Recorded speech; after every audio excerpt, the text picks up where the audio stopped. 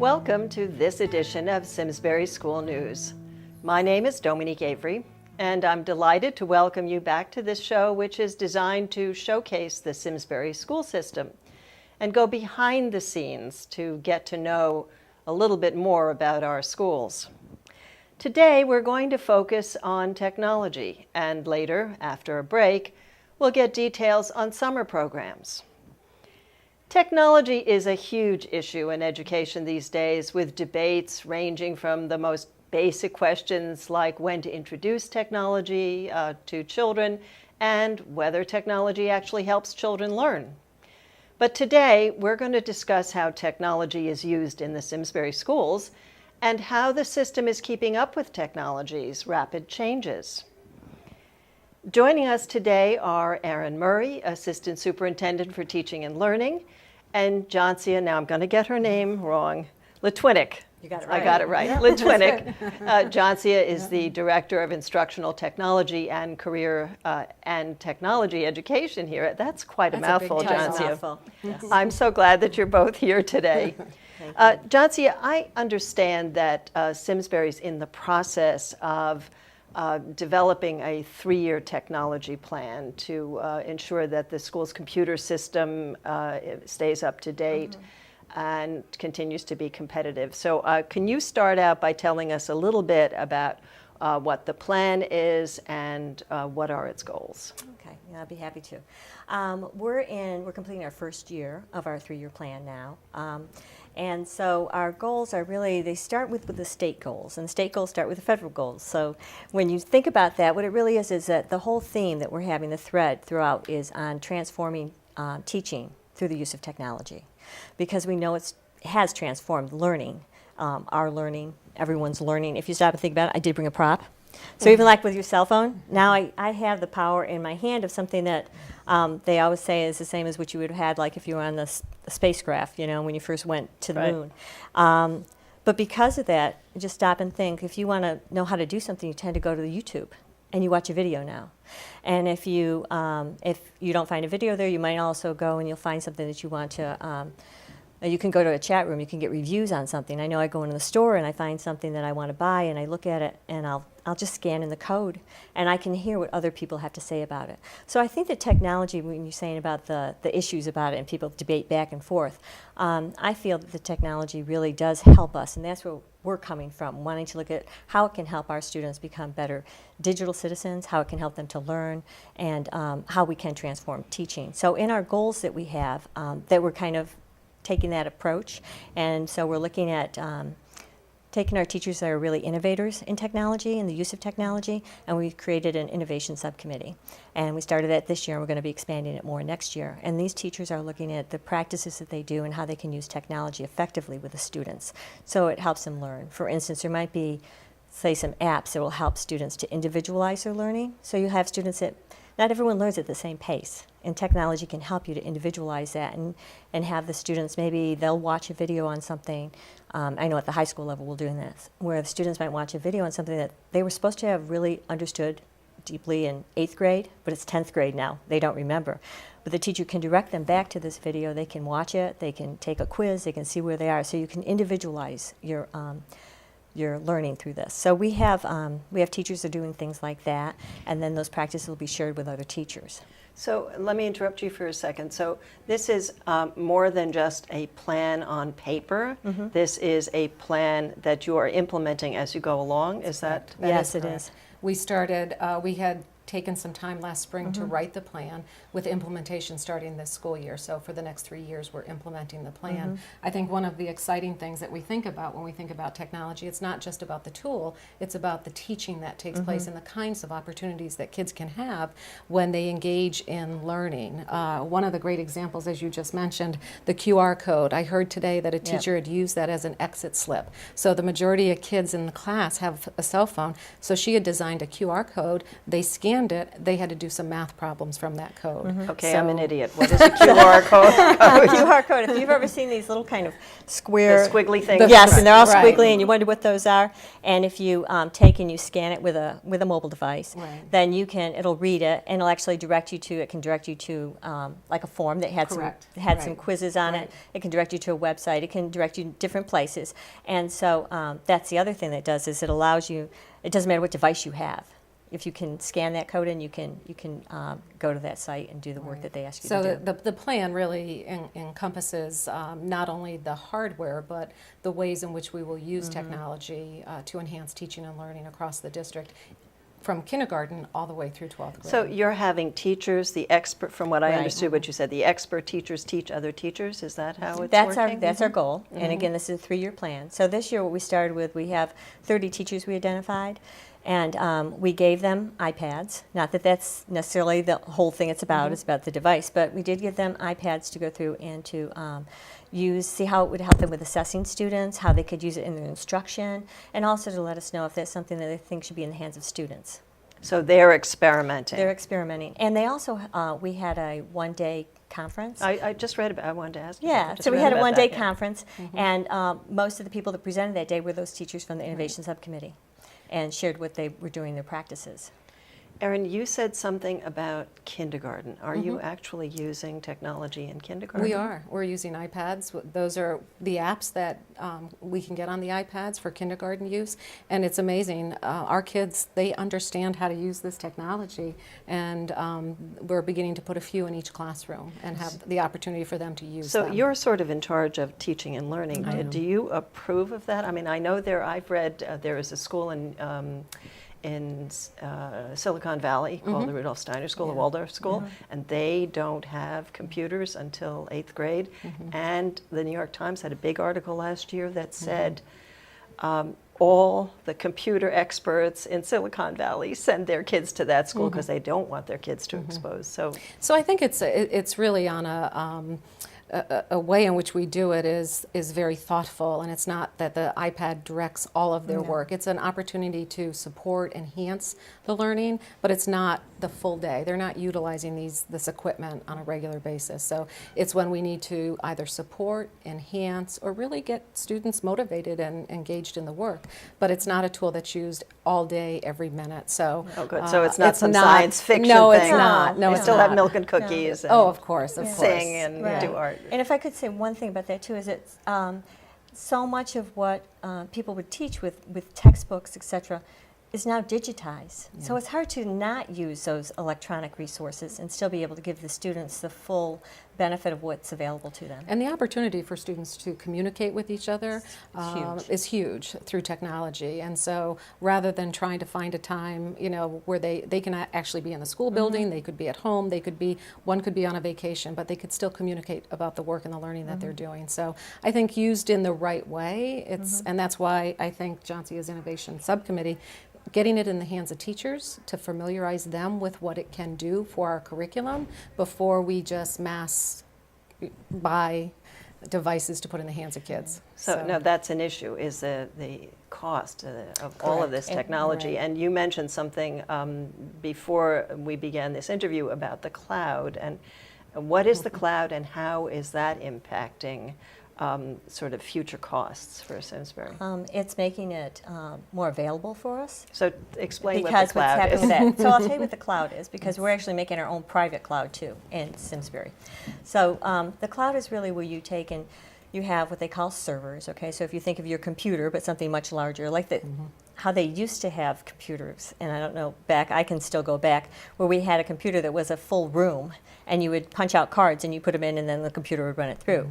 So you do have a similar type thing. You have servers, and those servers have the brains, and so you communicate to the brains through an online device, through the internet. And so you have Word, you might use Word, PowerPoint, things like that. But in the cloud, we use Google Apps. All those programs are kind of stored on those servers. So we don't have to have something powerful in front of us. We don't have to have that expensive laptop. We don't have to have an expensive desktop in front of us. We can have a mobile device in front of us. And the power of it is all on the on those servers in the cloud, so to speak. And then we can communicate with our devices through that. So the programs can all be on there. And that saves you money because you're not buying all that expensive software and the licensing that goes along with that. And it also allows you to be able to communicate with people from around the world, and even our students. And we can control like who they can communicate with. But they can collaborate, they can see each other as they're, let's say they're working on a paper together. And it's really hard with our students, especially with all the sports and everything they're involved in, to get together and say, okay, 5 of us have to work on this project. Well, if they can get together online, and they can watch each other changing things as they go along. Like they can all be inputting at the same time. They can be chatting with each other, all online. But all working on the but same all working on project. the same project at the same time to get something done. So the collaboration part of it is fantastic, and that's why ERIN was bringing that up. That we find that huge for the students. They also store everything on there online on their servers, so we don't have to have the storage space that we may had to have before. So I see as we progress with that. The cloud, kind of cloud applications, it does save us some money in the long run. It'll save us some money with that. So do we still have desktops? Rooms We with do. desktops? We have desktops, and what's happening now this year, we're in a three-year plan with this. But in this year, what we're doing is we're virtualizing, as we say, our desktops. So we had older desktops. They run XP, believe it or not. We still run XP. And in order to go up to Windows 7, we would have had to change out our computers or do major hardware updates. So instead of incurring that cost, and then every time we'd have to change things out, To we do that. Windows 8. We took those Right, brains and right. we put them in servers. And so now we can.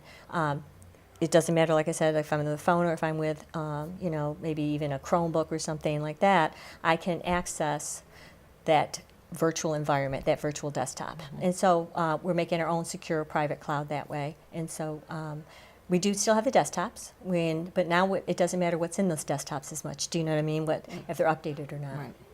Okay, there are a couple of things, but I wanted to get to the issue of online testing. Is the state considering doing Yes. SATs and CAP tests? And Well, it's our state testing, which we currently know is Connecticut Mastery Testing, Right, or I our didn't CAP need- right, testing, which is going to be changing in the spring of 2015. Oh, wow. So we've had the opportunity in the last few weeks to look at our students in elementary school, middle school, and high school do a practice test online. And what we do know, for example, third graders, by the time when they start taking their assessment, which is all online, have to be able to type at least a full page on that assessment. So we need to integrate technology in a way that it's being used on an ongoing, regular basis, so that students are familiar with how the keyboard works, how all the icons and the ways in which to use split screens are used, and actually how to do math on the computer. Is the state actually thinking of requiring all the kids in the state to take? It is a computer-based assessment. I mean, what about the poor districts who can't afford? I mean, that's... It's a challenging It is. mandate that we have at this point right now from the state, and they've been working and asking districts to do some audits to see what we have for hardware and availability, but we see it more as integrating the technology as young as kindergarten as it moves, so that by the time these tests begin in third grade through 8th grade, and now it will be in 11th grade. So we do have to be ready and prepared for students to take their cognitive thinking and be able to have it fall out onto the computer. And one of the reasons that I think that they're going this way too is to give kids more authentic assessment. I will say one thing about being with the computer-based assessments is that they can, just like we say, individualize their instruction. They take and it's an adaptive kind of testing, which you really can't do with a paper and pen kind of test. So as a student does a problem, you can see, are they ready for something more challenging? And then they'll give them something more challenging. So it's an individualized way. So I think they're trying to really, one of the reasons to move towards this is because they want to try to really gear it towards individual students. More information. All right, we've almost run out of time. There's so much So more to much. talk about. I I know. told you it would go fast. So we've sort of made the assumption, and you've stood up for it, that technology is great and important and helps kids. And this has been an incredibly interesting conversation, and we could have gone on for another 15 minutes. I want to thank JONCIA for being here today. But before I let her go, I want to add that in addition to all the things she does for the school system, she also works with us here at SCTV and even serves on the SCTV board. So thank you for that, JONCIA. We're going to take a short break right now. We're going to showcase a video made in the high school's TV and digital video production class to highlight the dangers of distracted driving. And when we get back, we're going to be joined by Cindy REHM to talk about summer programs.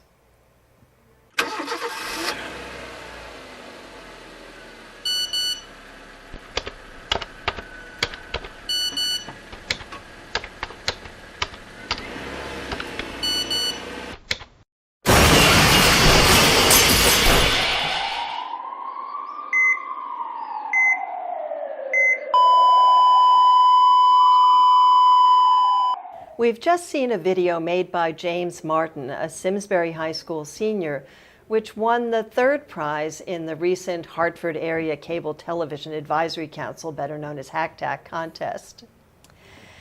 Now I want to welcome back ERIN Murray, who has been joined now by Cindy REHM, who is the supervisor of this school's art department and who's here to talk about the summer programs available through the Simsbury Arts Academy. Welcome, Cindy. Hello, Dominique. Thanks for having me.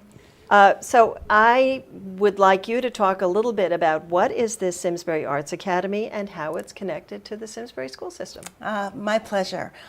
Simsbury Arts Academy is a gem. It started in 2006, summer of 2006. So we are going into our 7th summer, and it has grown and grown and grown. Its mission is extended day, extended year opportunities for learning in music, art, drama, and dance. In the beginning, the Academy was really a way to provide students with motivation to continue to practice their lessons and be involved in some art classes, some standard art classes, pottery, drawing, painting, but every year we've added depth and we've found more ways to connect to our core art curriculum.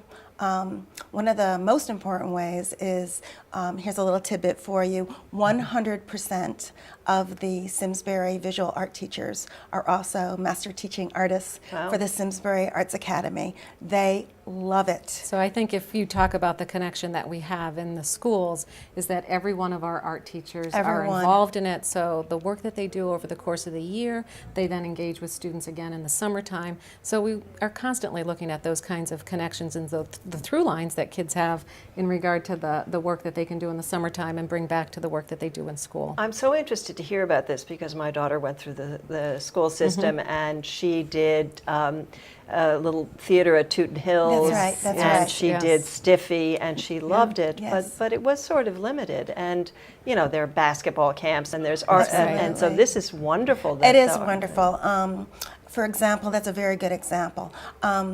We have acting classes that introduce our very little ones to theater in a very comfortable theater game kind of way, and they progress oftentimes to the great program at Tooten Hills that's still being run and still is so popular and so creative. So first little time to be in a show. When they move up to the high school academy in the summer, the piece that they produce is actually theater literature to study. So for example, this summer it's the Seussical musical. So they will have music lessons, acting lessons, dance lessons, movement lessons, be introduced to set design, costume design, etc. through that literature. But the literature is a teaching tool. So it's a different perspective than being in a show. So is this all day? In the summer? In the summer, the children arrive at about 8:30 and we dismiss at 1:15 and they're exhausted.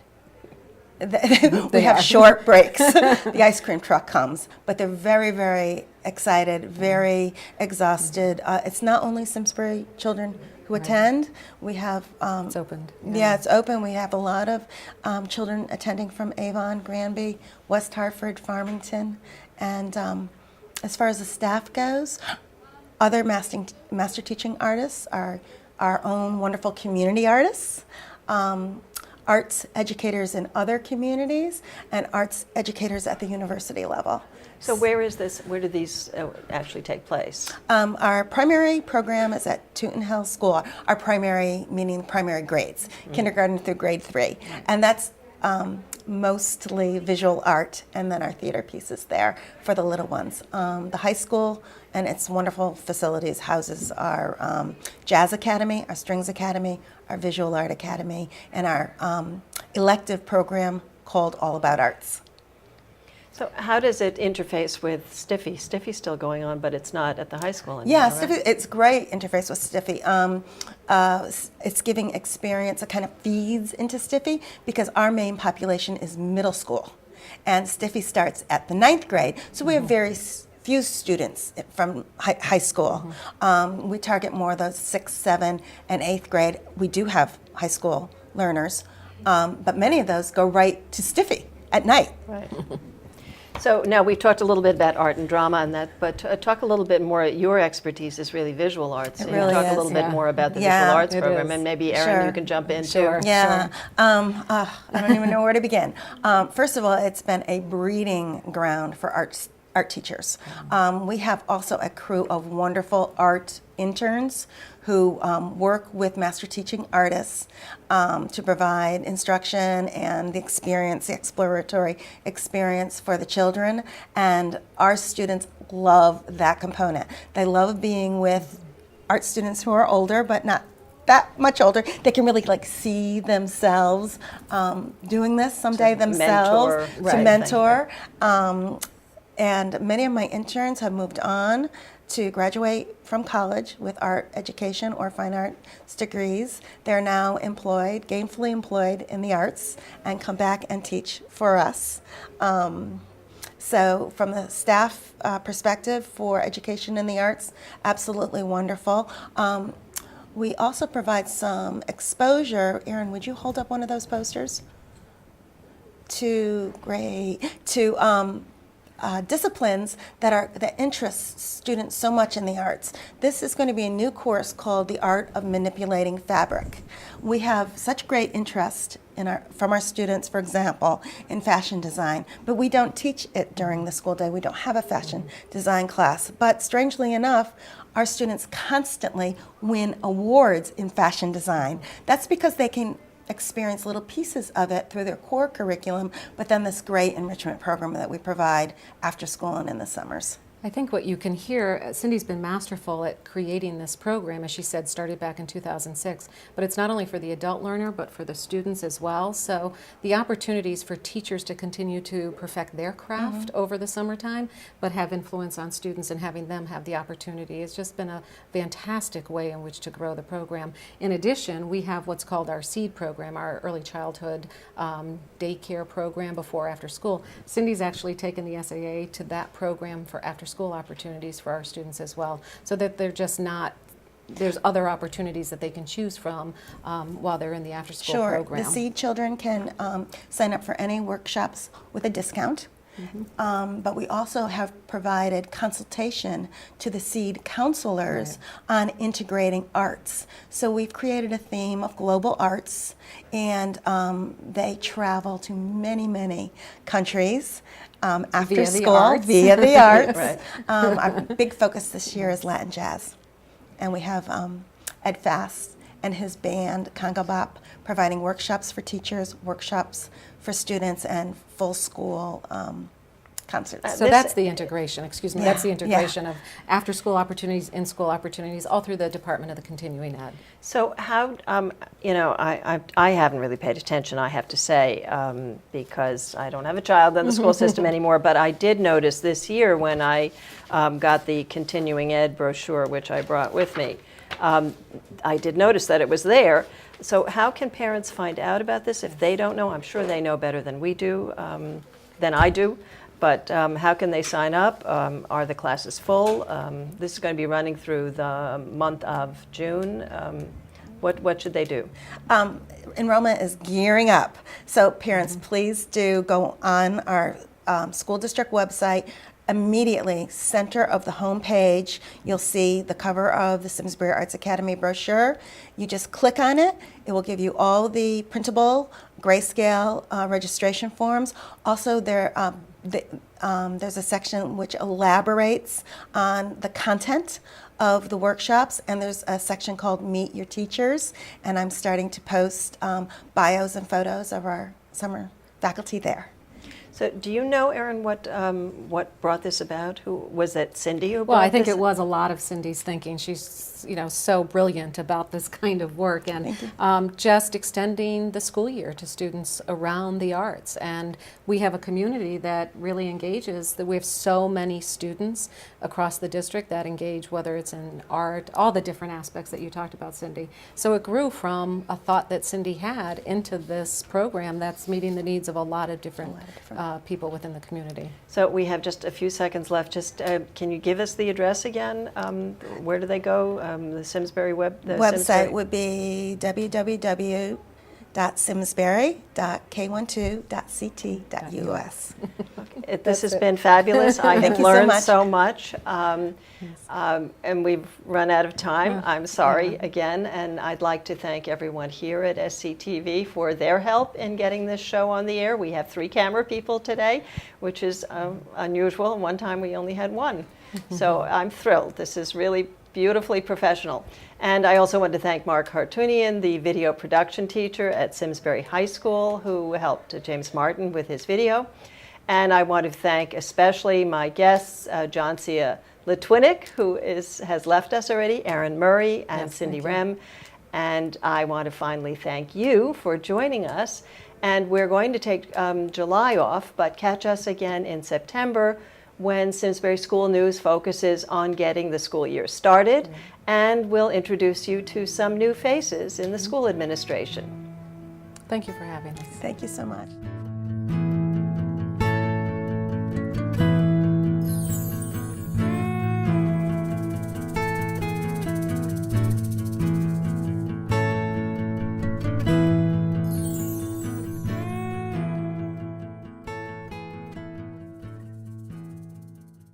Funding for Simsbury Community Television is provided in part by contributions from viewers like you. Thank you.